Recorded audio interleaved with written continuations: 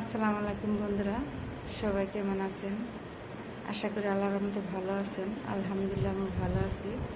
বন্ধুরা, আজকে কিছু গুরুত্বপূর্ণ টিপস বা কথা আপনাদের সাথে শেয়ার করব। আশা করি সম্পূর্ণ ভিডিও দেখলে অবশ্যই আপনাদের ভালো লাগবে এবং কাজে আসবে।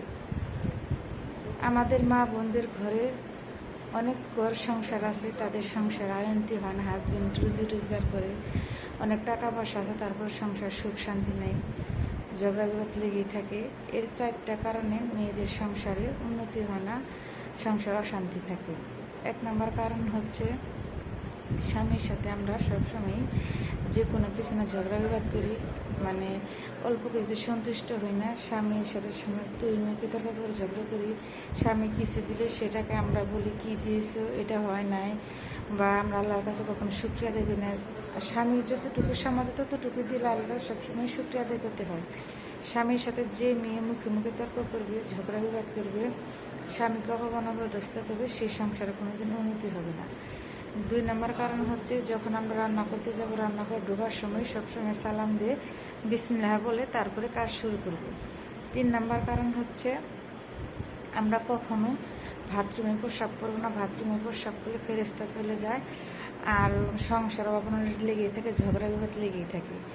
4 নম্বর কারণ হচ্ছে আমরা অনেকে আছি বিছানায় বয়ে ভাত খাই। বিছানা বয়ে ভাত খেলে সে সংসারে কখনো রিজিকের রহমতের বরকত আসে না। রিজিকের আল্লাহ পাক রহমত নাজিল করেন রিজিকের মধ্যে, সে সংসার অবনতি লেগেই থাকে। তাই সবসময় আমরা চেষ্টা করব বিছানায় বসে যেন ভাত না খাই। নিচে চটা অথবা পাঠি, মানে টেবিলটা থাকলে টেবিলের সাথে সবচেয়ে নিচে বিছানা করে ভাত খাওয়া সবচেয়ে সুন্নত। মাটিতে বসে বা পাটি আছে, ধাড়ি আছে, চটা আছে, এগুলোর মধ্যে বসে ভাত খাওয়া সবচেয়ে সুন্নত বেশি। আর সবসময়ই আমরা আল্লাহর কাছে শুকরিয়া আদায় করব, যে অবস্থা থাকি না কেন, যেভাবেই থাকি না কেন, যেভাবে আল্লাহ রাখছে সবসময় আল্লাহর কাছে বলবো আলহামদুলিল্লাহ আলহামদুলিল্লাহ। সবসময় শুকরিয়া আদায় করবো, সবসময় আস্তাগফিরুল্লাহ পাঠ করব। আর সব সময় ঘরের থেকে বের হওয়ার সময় বিসমিল্লাহির রহমানির রহিম সালামের দিকে বের হবো। সবসময় সন্তানদেরকে ভালো কথা শেখাবো, তাদেরকে মানে আদব কথা শেখাবো, বড়দের সাথে কীভাবে কথা বলতে হয়, সম্মান কথা।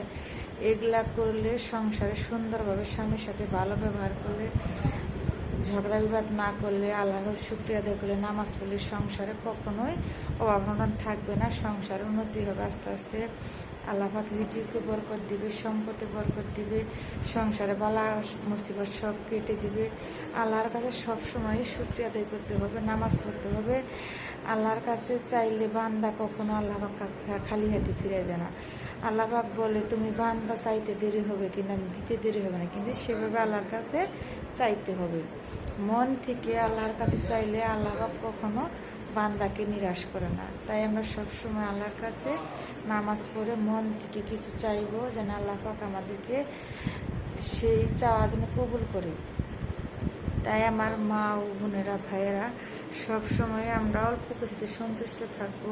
আমরা কখনো বেশি লোভ করবো না। মানুষের কথায় বলে না যে অতি লোভে তাতে নষ্ট। সবসময় আমরা আল্লাহর কাছে বলবো, হে আল্লাহ, তুমি আমাদেরকে যে অবস্থা রেখেছো, যতটুকু দিয়েছো, শুকরিয়া তোমার কাছে, লাখ লাখ শুকরিয়া তোমার দরবারে। এভাবে আমরা সবসময় আল্লাহর কাছে শুকরিয়া আদায় করবো, নামাজ কালাম করবো।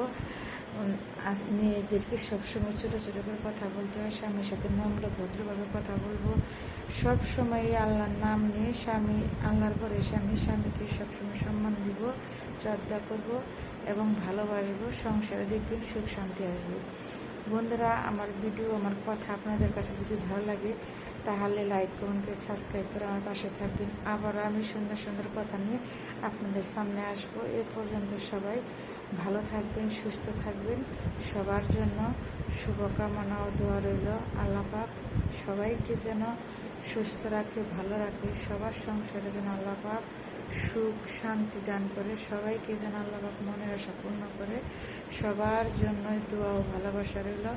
আল্লাহ হাফেজ। সবাই ভালো থাকবেন, সুস্থ থাকবেন।